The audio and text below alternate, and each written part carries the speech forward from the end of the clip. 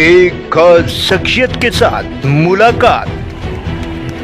देखिए जयदेव पटेल के साथ नंबर 1 इंडिया न्यूज पर रोजाना रात 9 बजे। नमस्कार व्यूअर्स, मैं जयदेव पटेल और आप देख रहे हैं नंबर 1 इंडिया न्यूज। आपका एक बार फिर स्वागत है एक खास शख्सियत के साथ मुलाकात प्रोग्राम में।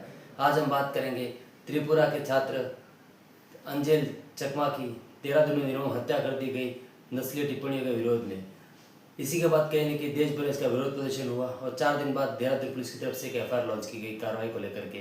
आखिर एफआईआर में जो हुई देरी, इसको लेकर नई सियासत शुरू हो गई है, इसके क्या मायने। इन्हीं तमाम उधर बातों के लिए हमारे साथ खास हमारे उत्तर प्रदेश के पूर्व पुलिस महानिदेशक ए के जैन। ए के जैन साहब, आपका बहुत स्वागत आज हमारे प्रोग्राम में। जी, ए के जैन साहब, आपसे मेरा पहला सवाल है कि उत्तराखंड के देहरादून में जिस प्रकार से त्रिपुरा के छात्र एंजल चकमा की निर्मम हत्या कर दी गई नस्लीय टिप्पणी के विरोध में, इसके 4 दिन बाद कहने की देहरादून पुलिस की तरफ से एफआईआर दर्ज की जाती है, ये जो कार्रवाई में देरी हुई है, इसके क्या मायने आप देखते हैं? मुझे पता नहीं किन कारणों से देरी हुई है। देरी ऐसे प्रकरणों में होती नहीं है। इसकी मुझे पूरी जानकारी नहीं है किस वजह से हुई, या तो कोई इसका मुद्दा ही नहीं मिल रहा होगा, क्योंकि जो साथ में सुना भाई थे वो भी गंभीर रूप से घायल हो गए थे, अस्पताल में भर्ती थे, तो इस वजह से हो सकता है विलंब हुआ हो।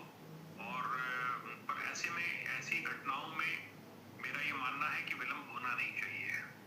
जी, एक जैन साहब, लेकिन अगर हम बात करते हैं तो जिस प्रकार से एफआईआर में 4 दिन की जो देरी हुई अंजल चकमा की हत्या के बाद में, इसको लेकर कहें कि अब आरोपी जो है अब नेपाल भाग गए हैं, एफआईआर में कुछ धाराएं हैं उसको हल्के में लिया गया था पहले, आपको लगता है कहने कि आरोपियों को बचाने की एक कोशिश थी?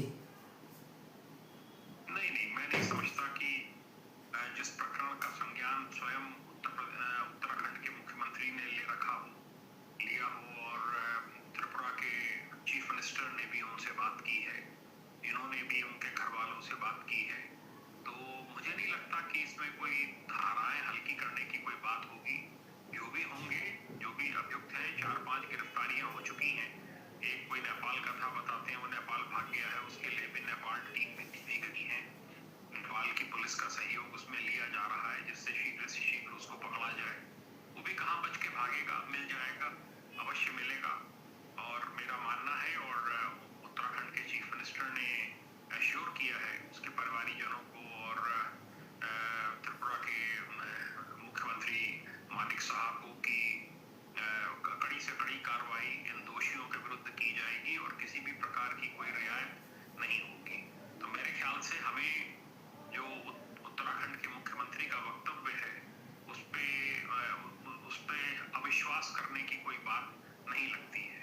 जी, एक जैन साहब, लेकिन जिस प्रकार से अंजल चकमा की हत्या के बाद में जो देहरादून पुलिस के जो एसएसपी है उनका जो बयान सामने आया, उन्होंने पहले ये कहा कि इसमें नस्लीय टिप्पणी नहीं की गई थी, बाद में वो जो धाराएं जो लगाई गई एफआईआर में उसमें नस्लीय टिप्पणी की दर्ज उसको लगाया गया। तो क्या कहीं ना कहीं एसएसपी जो है अपने ही बयान को खारिज करते हुए नजर आया एफआईआर में?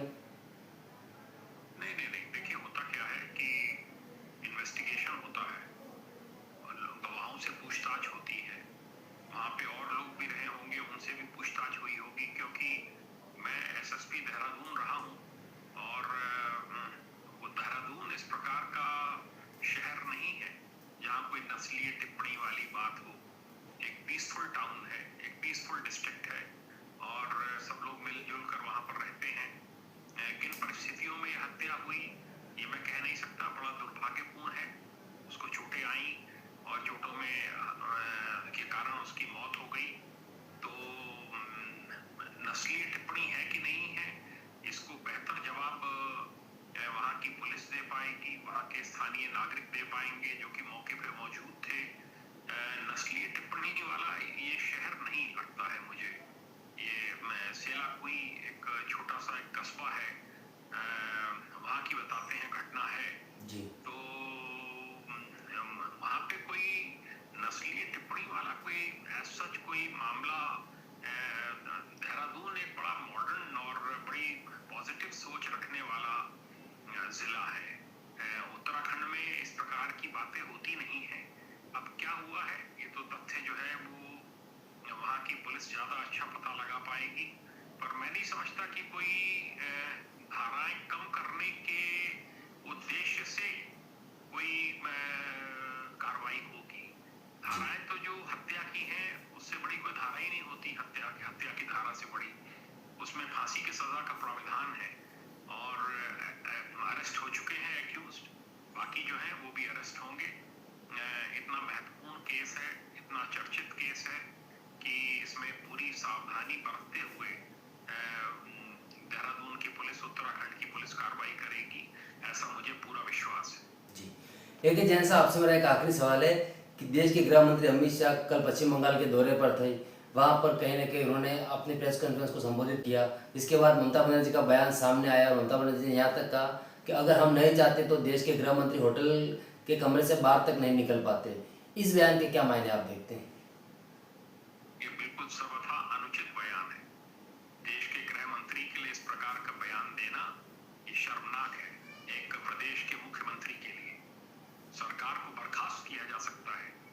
Complete breakdown of law and order governor उसको डिक्लेयर कर सकते हैं और प्रेसिडेंट रूल वहां पे एनफोर्स किया जा सकता है। इस प्रकार की ओछी बातें किसी को नहीं करनी चाहिए कि वो कमरे के बाहर नहीं निकल पाते और ये नहीं हो पाते। उनको पूरे केंद्रीय सुरक्षा बलों की सुरक्षा प्राप्त है, देश के गृह मंत्री हैं और इस प्रकार की बात कतई नहीं करनी चाहिए। राजनीति अपनी जगह है और इस प्रकार की स्ट्रॉन्ग आर्म टैक्टिक्स नहीं अपनाई जानी चाहिए। इस प्रकार के बयानों का गलत संदेश फोर्स में जाता है, अपराधियों में जाता है और इससे गुरेज करना चाहिए। जी, एक जैन साहब आपने हमारे लिए समय निकाला, उसके लिए आपका बहुत बहुत धन्यवाद।